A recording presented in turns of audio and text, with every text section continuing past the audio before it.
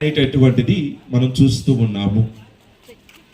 అయితే ఈ 12వ స్థలములో యేసు ప్రభువు శిలువ అనేటటువంటిది మనందరికీ కూడా విమోచన అనేటటువంటిదిగా వసకబడింది.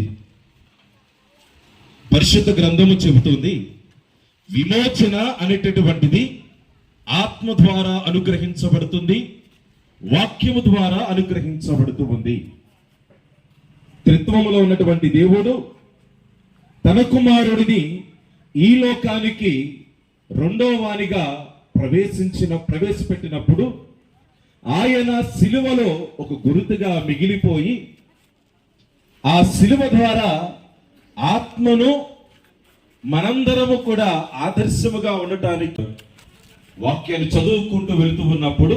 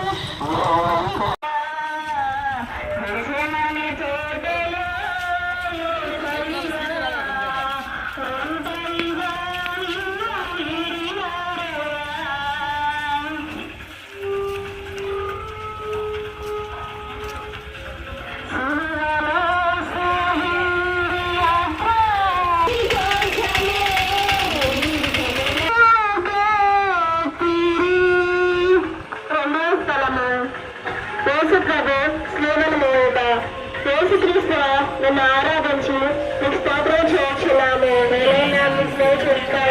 రక్షించుకునే యేసు ప్రభు తన భుజము మీద స్త్రీలను మోసుకుని పోయే సమయమున మనలను గలంచి తాను పొందబోయే పాటలను మరణము మన కొరకు తన పుట్టుకు సమర్పించడం గురించి ధ్యానించడము గాక.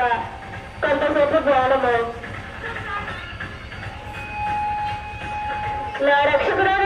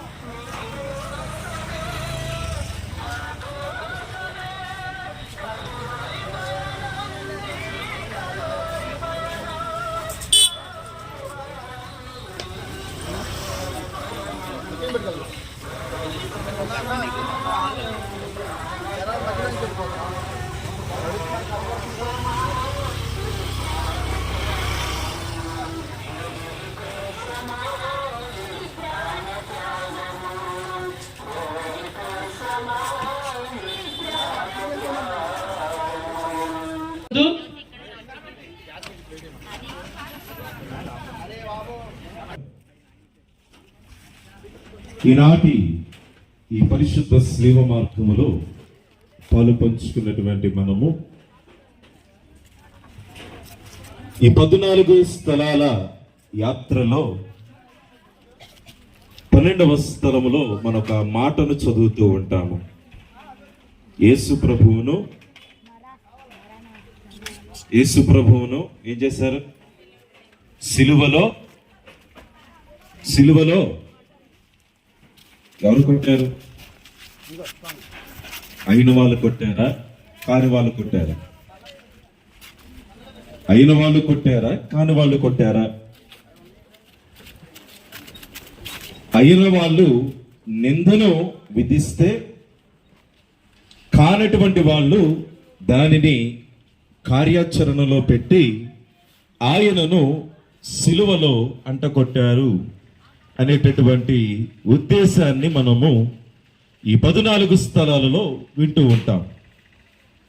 అయితే ప్రియమైనటువంటి సహోదరి సహోదరులారా, గత వారము మనందరము కూడా దివ్యబలి పూజలో వచ్చేటటువంటి పట్టణాలను చదివినట్లయితే మంగళవారం రోజున మనం ఒక పట్టణం చదువుతూ ఉంటాము. యేసు ప్రభువును చిహ్నమును అడుగుతూ ఉంటారు, ఒక గుర్తును అడుగుతున్నట్లుగా అనేటటువంటిది మనం చూస్తూ ఉన్నాము. అయితే ఈ 12వ స్థలములో యేసు ప్రభువు సిలువ అనేటటువంటిది మనందరికీ కూడా విమోచన అనేటటువంటిదిగా వసకబడింది.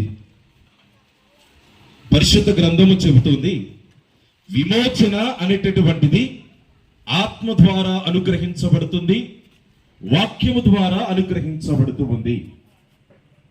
త్రిత్వములో ఉన్నటువంటి దేవుడు తన కుమారుడిని ఈ లోకానికి రెండో వానిగా ప్రవేశపెట్టినప్పుడు ఆయన సిలువలో ఒక గుర్తుగా మిగిలిపోయి ఆ సిలువ ద్వారా ఆత్మను మనందరము కూడా ఆదర్శంగా ఈ లోకానికి ప్రవేశపెట్టాడు.